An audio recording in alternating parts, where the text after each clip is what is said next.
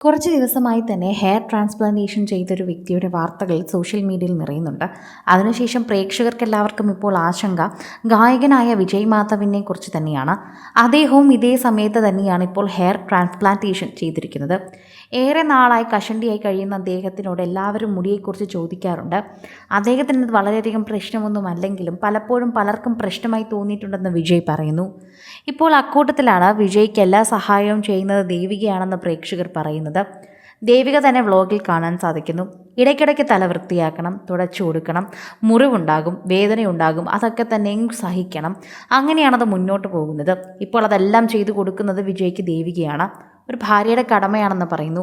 എന്നാൽ രണ്ട് മക്കളെയും, അതും രണ്ടും പൊടിപ്രായമുള്ള മക്കളെയും കൊണ്ട് ഇത് ദേവിക ചെയ്യുന്നുണ്ടല്ലോ. സമ്മതിക്കണമെന്ന് ദേവികയെ പുകഴ്ത്തിക്കൊണ്ടും അഭിനന്ദിച്ചുകൊണ്ടും നിരവധി പേർ എത്തുകയാണ്. എങ്ങനെയാണ് ദേവിക ഇതിനെ ശുശ്രൂഷിക്കുന്നതെന്ന് പറയുന്നുണ്ട്. ചെറിയൊരു സർജറി അല്ല ഇത്, വളരെ വലിയൊരു സർജറി തന്നെയാണെന്നാണ് ദേവിക പറയുന്നത്. നിലവിൽ വിജയ് മാധവിൻ്റെ അവസ്ഥയെക്കുറിച്ച് വിവരിച്ചാണ് ദേവിക എത്തുന്നത്. ദേവിക നേരിട്ട് തന്നെ കാണിച്ചു തരുന്നുണ്ട്.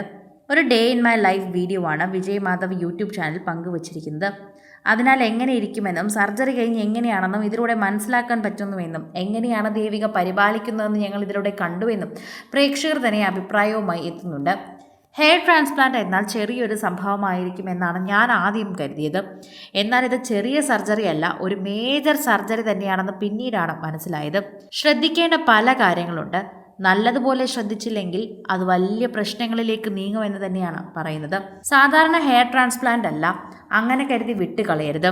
അങ്ങനെ കരുതി അതിനെ വിട്ടുകളഞ്ഞാൽ ഒരിക്കലും അതിൽ നല്ലതുണ്ടാകില്ല.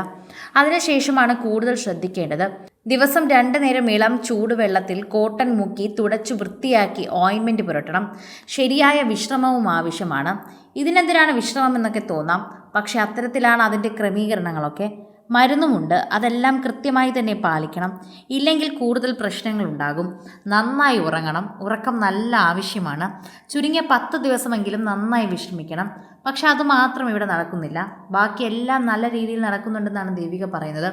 എൻ്റെ കാര്യങ്ങളെല്ലാം നല്ലതുപോലെ ചെയ്യുന്നുണ്ട്. എന്നാൽ വിജയ് വിശ്രമിക്കുന്നില്ല. വിജയ് സ്വന്തം കാര്യം നോക്കുന്നില്ല, അല്ലെങ്കിൽ ഉറങ്ങുന്നില്ല, ശ്രദ്ധിക്കുന്നില്ല, അങ്ങനെ പലതും തന്നെ പറയാമെന്ന് ദേവിക കൂട്ടിച്ചേർക്കുന്നുണ്ട്. ഇപ്പോൾ വിജയ് മാധവിൻ്റെ തലയിൽ ചെറിയ മുടി വളർച്ചയൊക്കെ എത്തിയിട്ടുണ്ട്. അദ്ദേഹത്തിൻ്റെ നെറ്റിയിലൊക്കെ തന്നെയും മുടി വന്നത് നമുക്ക് കാണാൻ സാധിക്കുന്നുമുണ്ട്. പ്രേക്ഷകർ അത് എടുത്തു പറയുന്നുണ്ട്. കാരണം അത് ശ്രദ്ധിക്കുന്നവർ തന്നെയാണ് ഇതിന് മറുപടിയുമായി എത്തുന്നത്. സോഷ്യൽ മീഡിയ പ്രേക്ഷകർക്ക് വളരെയധികം തന്നെ പ്രീതിയുള്ള ഒന്നായി മാറുന്നുണ്ട്. വിജയ്ക്ക് എന്തായാലും അയാൾക്ക് വന്നതുപോലെ പ്രശ്നങ്ങൾ വന്നില്ലല്ലോ എന്ന് പറയുമ്പോഴും ആ പ്രശ്നം ഞാൻ ഹെയർ ട്രാൻസ്പ്ലാന്റ് ചെയ്യുന്നതിന് മുൻപാണ് ഞാൻ കണ്ടിരുന്നുവെങ്കിൽ ഞാൻ ഒരിക്കലും അതിന് പോകില്ലായിരുന്നു. ആ സഹോദരന് വേണ്ടി ഞാൻ പ്രാർത്ഥിക്കുന്നു. അദ്ദേഹത്തിന് വേഗം ശരിയാകട്ടെ എന്ന് മാത്രമാണ് എനിക്ക് പ്രാർത്ഥിക്കാനാവുക. എനിക്ക് ആ സ്റ്റേജ് കഴിഞ്ഞു. എന്നിരുന്നാലും ചെറിയ ഭയമുണ്ട് എന്ന് വിജയ് അതിനെക്കുറിച്ച് പ്രതികരിച്ചിരുന്നു.